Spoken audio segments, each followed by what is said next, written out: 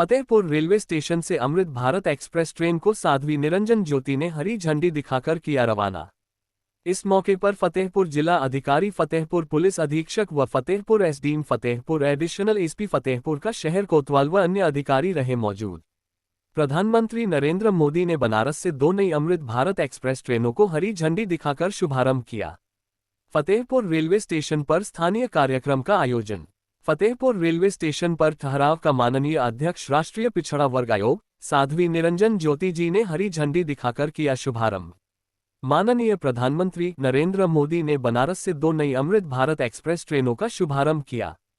प्रयागराज मंडल में बनारस हडपसर अमृत भारत एक्सप्रेस को प्रयागराज जंक्शन, फतेहपुर, गोविंदपुरी स्टेशनों तथा अयोध्या लोकमान्य तिलक टर्मिनल अमृत भारत एक्सप्रेस को प्रयागराज जंक्शन एवं मानिकपुर स्टेशन पर ठहराव प्रदान किया गया है।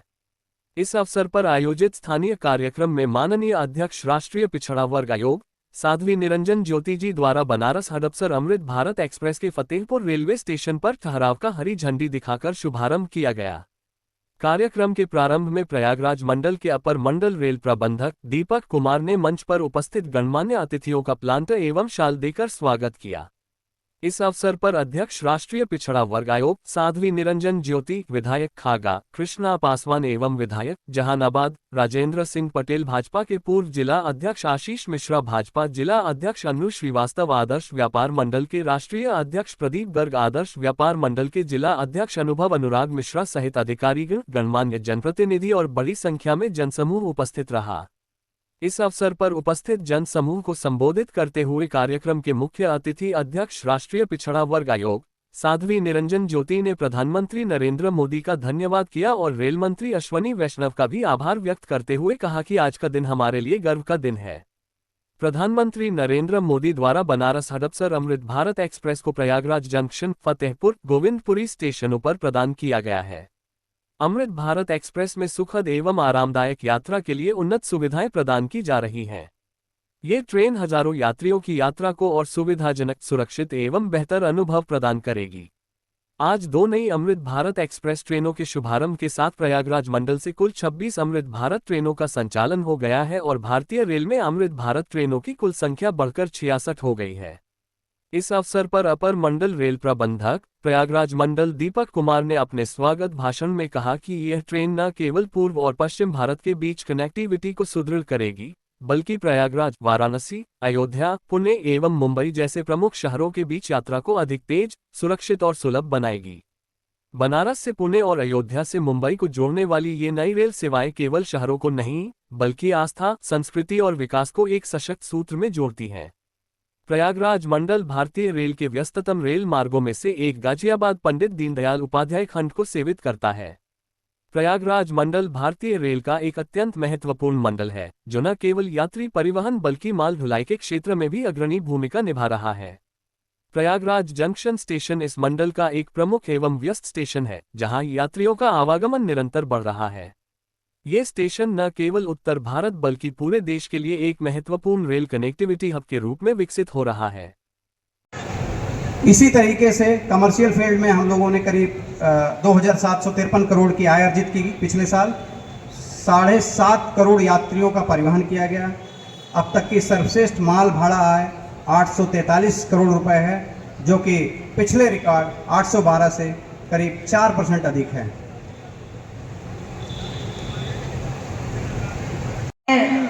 बहन कृष्णा पासवान जी, आदरणीय राजेंद्र पटेल जी, रेलवे विभाग के एडीआरएम और उनके समस्त अधिकारीगण, मंच पर उपस्थित सभी सम्मानित बहने भाइयों और यहाँ उपस्थित मेरे परिवार के मेरे प्रिय बंधुओं भाइयों,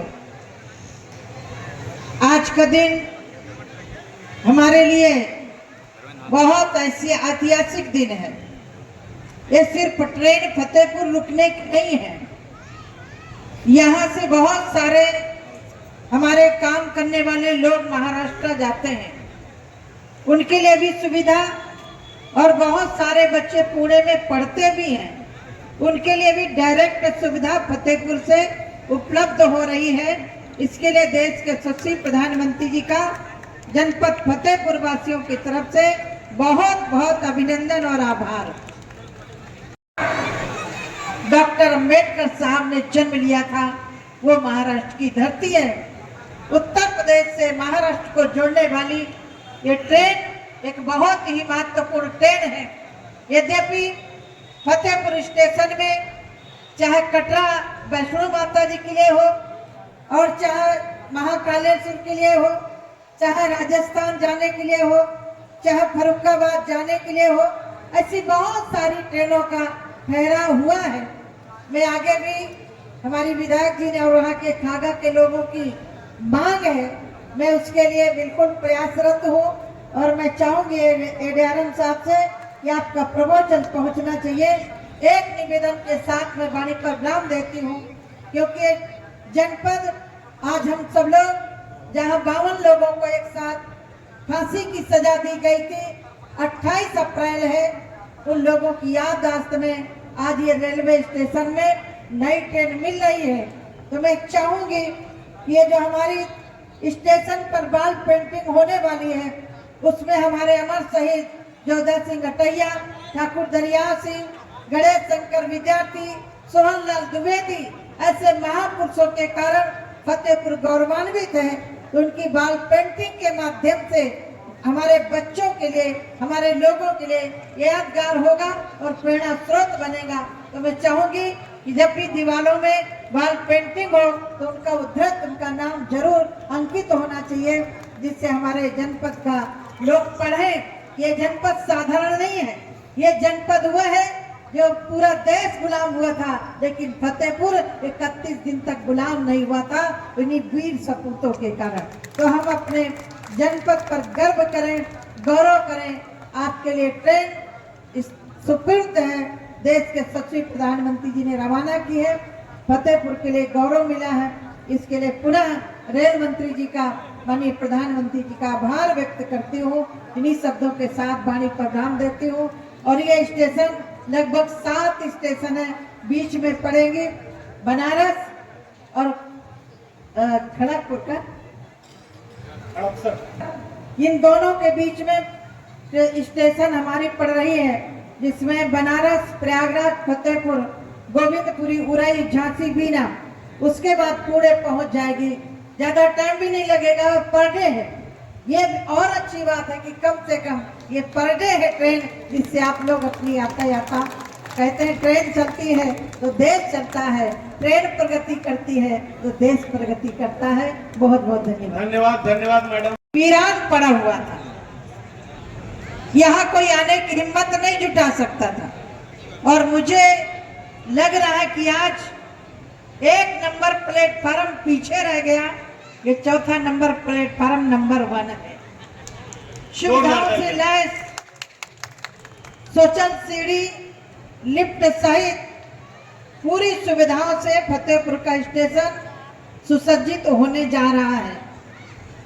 मेरा प्रयास रहा है, विधायक जी आप चिंता मत करिएगा, फतेहपुर के लिए जैसे पहले काम करती थी वैसे आगे भी करती रहूंगी।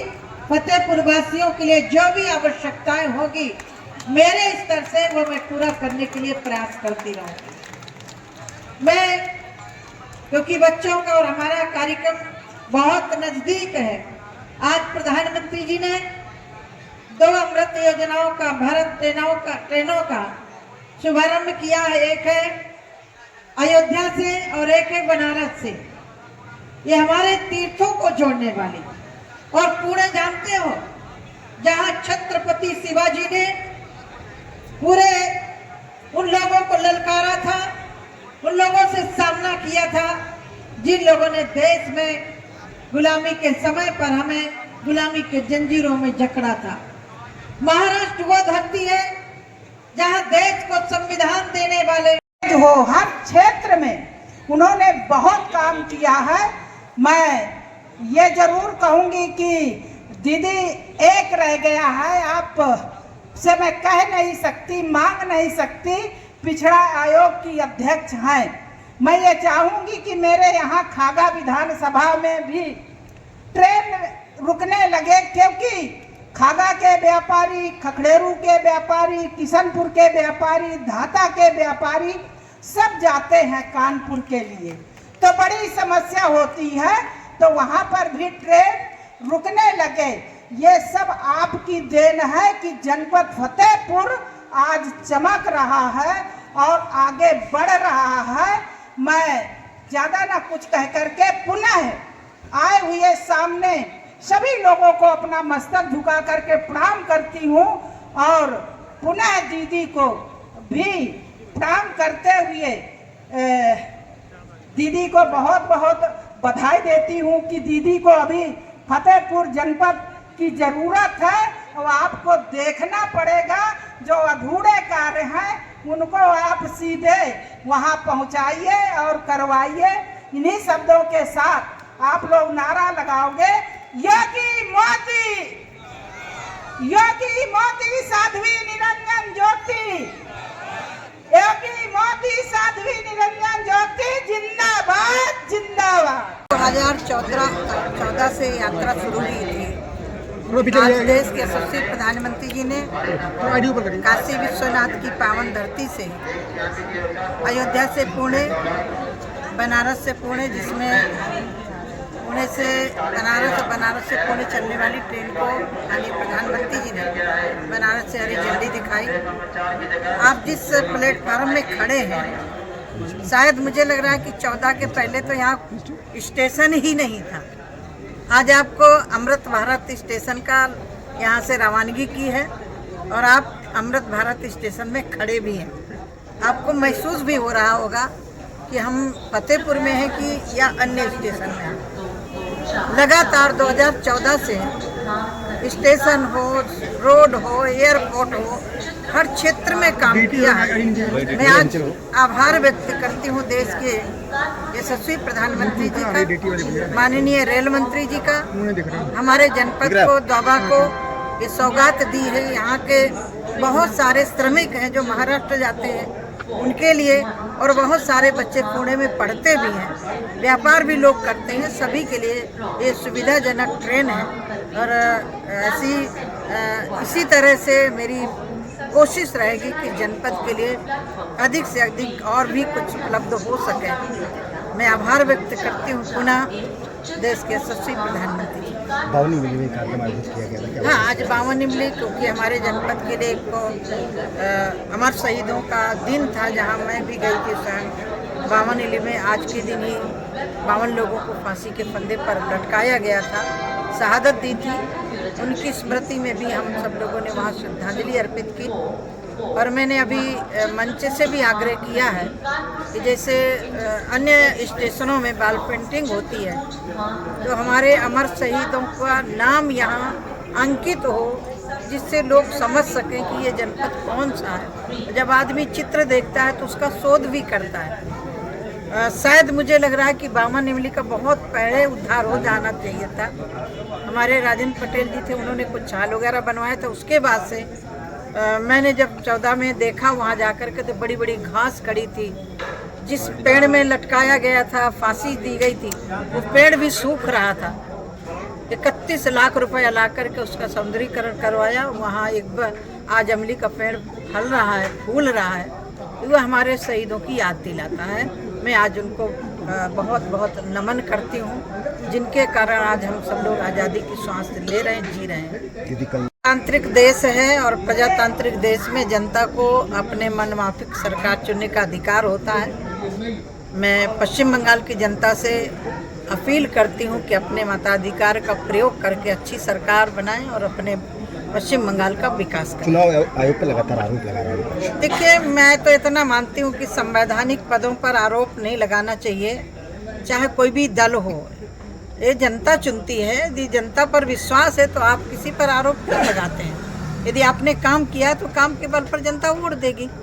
और संस्थाओं पर उंगली उठाना अच्छा नहीं है। ऑब्जर्वर बना के अजय पाल जो शर्मा है, उनको भेजा गया है। लगातार कल से वीडियो वायरल हो रहे हैं, उसमें लगातार विपक्ष हमला हो रहा है, क्या कहेंगे? नहीं, देखिए, जब सूचना लागू हो जाती है, फिर निर्वाचन अधिकार उसको कैसे चुनाव कराना है उसका दायित्व तो बनता है। मुझे लग रहा है कि रिजल्ट आने के पहले ही घबराहट है तो अच्छी बात नहीं है, किसी आयोग पर आरोप लगाना, निर्वाचन आयोग पर आरोप लगाना, संबंधित संवैधानिक संस्थाओं पर आरोप लगाना ये उचित नहीं है।